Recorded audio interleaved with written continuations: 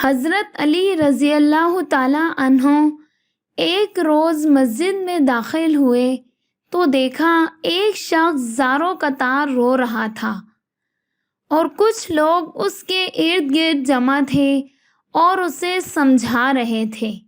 حضرت علی رضی اللہ تعالیٰ عنہ نے پاس جا کے پوچھا کہ کیا بات ہے، تو وہ شخص جو رو رہا تھا اس نے بتایا کہ میرے والد چند لوگوں کے ساتھ سفر پر گئے تھے، وہ لوگ تو واپس آ گئے پر میرے والد واپس نہیں آئے۔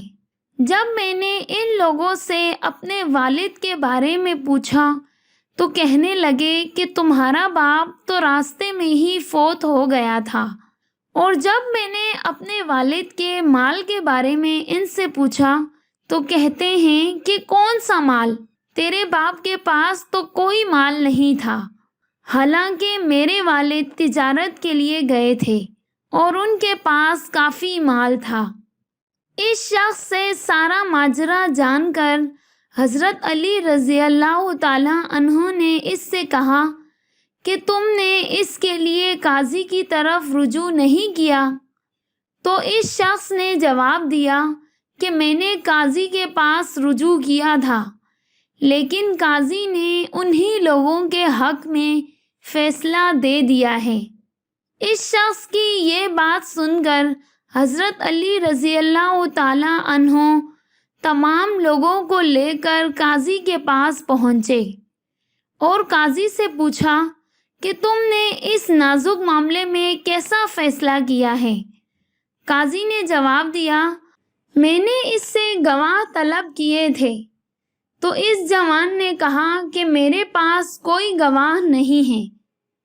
پھر میں نے ان باقی لوگوں سے قسم کھانے کو کہا تو ان سب نے قسم کھائی ہے کہ واقعی ایسا ہی ہوا ہے جیسا یہ لوگ کہہ رہے ہیں، تو میں نے ان کی بات پر یقین کر کے ان کو چھوڑ دیا۔ قاضی کا جواب سن کر حضرت علی رضی اللہ تعالیٰ عنہ نے کہا کہ اب اس کا فیصلہ میں خود کروں گا، اور بالکل ایسا کروں گا جیسا اللہ کے نبی حضرت داؤد علیہ السلام نے اپنے زمانے میں کیا تھا۔ یہ کہہ کر حضرت علی رضی اللہ تعالیٰ عنہ نے چند سپاہیوں کو بلایا اور ایک ایک شخص کو ایک ایک سپاہی کے حوالے کر دیا، اور پھر ان لوگوں سے کہا کہ تم کیا سمجھتے ہو کہ ہم تمہاری حرکتوں سے ناواقف ہیں؟ ہمیں سب معلوم ہے۔ یہ کہہ کر آپ نے سپاہیوں کو حکم دیا کہ ان سب کے چہرے کپڑے سے ڈھانپ دیے جائیں اور سب کو مسجد کے ایک ایک ستون کے پیچھے کھڑا کر دیا جائے۔ اس کے بعد آپ نے کاتب کو اپنے پاس بلایا اور سپاہیوں سے کہا کہ جب میں بلند آواز میں تکبیر کہوں تو ایک ایک کر کے ان میں سے ایک ایک شخص کو میرے پاس لے آنا۔ پھر آپ نے پہلی تکبیر کہی تو ایک سپاہی پہلے ملزم کو لے آیا۔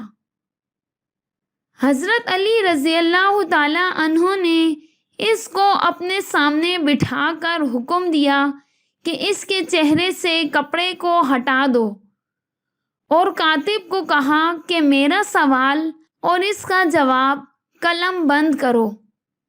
اس کے بعد حضرت علی رضی اللہ تعالیٰ عنہ نے اس شخص سے پہلا سوال پوچھا کہ تم کس دن اس کے والد کے ساتھ روانہ ہوئے تھے؟ اس شخص نے جواب دیا، فلاں دن فلاں مہینے۔ حضرت علی نے اگلا سوال کیا، کس مقام پر پہنچ کر اس کے والد کی وفات ہوئی؟ تو اس شخص نے جواب دیا کہ فلاں مقام پر پہنچے تھے تو اس کے والد کی وفات ہو گئی۔ حضرت علی نے پھر پوچھا کہ مرنے والے کو کیا مرض لاحق تھا؟ اس شخص نے بتایا کہ فلاں مرض لاحق تھا۔ پوچھا کتنے دن بیمار رہا تھا؟ اس نے بتایا کہ اتنے دن۔ پھر پوچھا کس دن مرا تھا؟ تو اس نے کہا فلاں دن۔ اس شخص کی ساری باتیں کاتب نوٹ کر رہا تھا۔ پھر حضرت علی رضی اللہ تعالی عنہ نے اس شخص سے ایک اور سوال کیا کہ جس دن اس شخص کا والد مرا تو کس نے اسے غسل دیا اور کس نے اس کے کفن دفن کا فریضہ ادا کیا اور کس نے نماز جنازہ ادا کی؟ اس شخص نے کہا کہ فلاں آدمی نے۔ حضرت علی رضی اللہ تعالی عنہ نے اس شخص سے جتنے بھی سوال کیے ان سب کے جواب کاتب نے اپنے پاس نوٹ کر لیے تھے۔ اس سارے مکالمے کی آواز باقی کسی ملزم کے کانوں تک نہیں جا رہی تھی، وہ سب اس سے بے خبر تھے۔ حضرت علی رضی اللہ تعالی عنہ نے دوبارہ بلند آواز میں تکبیر کہی اور اس کے ساتھ ہی دوسرے ملزم کو پیش کیا گیا۔ حضرت علی نے دوسرے ملزم سے سوال پوچھنا شروع کیا اور کہا کہ تمہیں کیا لگتا ہے؟ ہمیں کچھ معلوم نہیں، ہمیں سب معلوم ہو گیا ہے۔ حضرت علی کی یہ باتیں سن کر اس شخص نے سوچا کہ ہو نہ ہو مجھ سے پہلے آنے والے شخص نے حضرت علی کو سب کچھ بتا دیا ہے، لہٰذا یہ سوچ کر وہ کہنے لگا کہ میں ان کے ساتھ ضرور تھا مگر میں اس قتل پر راضی نہیں تھا، باقی سب راضی تھے اور ان سب نے مل کر اس نوجوان کے باپ کو قتل کر دیا ہے۔ اس ملزم کا یہ اعتراف وہ کاتب اور مسجد میں بیٹھے سب لوگ سن رہے تھے۔ اب اگلے ملزم کو بلایا گیا اور اس نے بھی اقرار جرم کر لیا۔ اس طرح آتے آتے سب ملزموں نے اقرار جرم کر لیا کہ ہم سب نے مل کر اس جوان کے باپ کو مارا ہے اور اس کے مال کو بھی ہم نے آپس میں بانٹ لیا ہے۔ تمام ملزموں کا اقرار سننے کے بعد حضرت علی رضی اللہ تعالی عنہ نے اس نوجوان کے حق میں فیصلہ سنا دیا۔ ناظرین گرامی، اس طرح حضرت علی رضی اللہ تعالی عنہ نے ایک پیچیدہ کیس کو آسان طریقے سے نمٹا دیا۔ اس وقت وہ قاضی بھی وہاں موجود تھا۔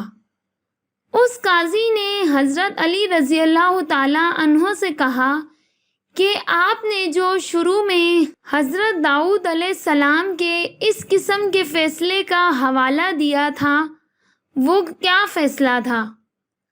تو حضرت علی رضی اللہ تعالی عنہ نے اس کے بارے میں بتاتے ہوئے فرمایا کہ ایک دن اللہ کے پیارے نبی حضرت داؤد علیہ السلام ایک راستے سے گزر رہے تھے کہ انہوں نے دیکھا کہ کچھ بچے ایک بچے کو مات الدین کہہ کر بلا رہے تھے یا چڑھا رہے تھے۔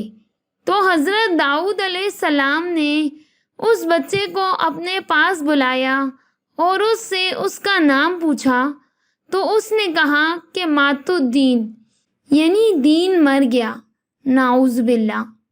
حضرت داؤد علیہ السلام نے اس بچے سے پوچھا کہ تیرا یہ نام کس نے رکھا ہے؟ تو اس نے بتایا کہ میری ماں نے۔ یہ سن کر حضرت داؤد علیہ السلام نے اس کو ساتھ لیا اور اس کی ماں کے پاس تشریف لے گئے۔ جا کر اس سے پوچھا کہ اس بچے کا نام مات الدین کیوں رکھا؟ اس کی ماں نے کہا کہ میں نے نہیں رکھا بلکہ میرے شوہر نے رکھا ہے۔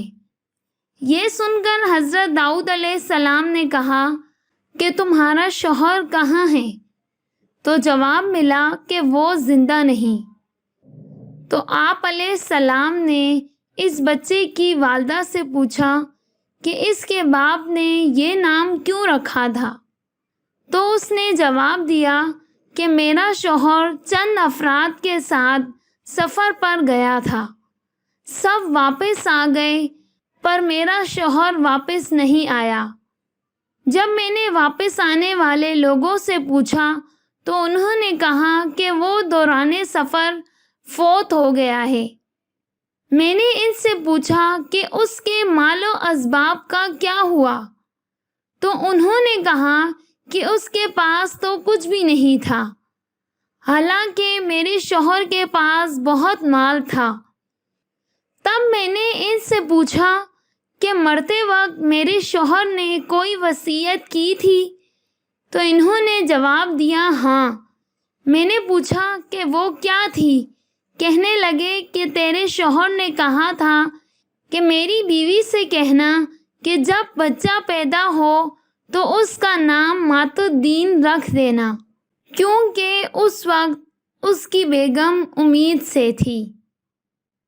تو جب میرے ہاں اولاد ہوئی تو میں نے شوہر کی وصیت کے مطابق بچے کا نام مات الدین رکھ دیا۔ ناظرین گرامی، اس شخص کی مرتے ہوئے اپنے بچے کا یہ نام رکھنے کی وصیت کرنے میں یقیناً اللہ تعالیٰ کی یہی مصلحت تھی کہ اسی نام کی بدولت اللہ کے نبی کو اس بچے کی طرف متوجہ ہونا تھا۔ اس عورت سے سارا ماجرا جان کر حضرت داؤد علیہ السلام نے اس سے پوچھا کہ کیا وہ لوگ ابھی زندہ ہیں جو واپس آ گئے تھے؟ تو اس نے کہا کہ جی ہاں، وہ زندہ ہیں۔ تو اس نے کہا جی ہاں، وہ زندہ ہیں۔ تو حضرت داؤد علیہ السلام نے اس عورت کو ساتھ لیا اور ان لوگوں کے گھروں میں گئے اور سب کو گرفتار کروایا، اور پھر اس معاملے کا فیصلہ بھی بالکل اسی انداز میں کیا جیسے میں نے آج کیا ہے۔ یہ واقعہ سن کر وہاں موجود سب لوگ بے اختیار سبحان اللہ کہہ اٹھے۔ اللہ تعالیٰ سے دعا ہے کہ وہ ہمیں جھوٹ اور فریب سے بچائے اور نیک اعمال کرنے کی توفیق عطا فرمائے، آمین۔ ناظرین، اگر آپ کو یہ اسلامی واقعہ اچھا لگا ہے تو اسے اپنے دوستوں کے ساتھ شیئر ضرور کریں۔ شکریہ۔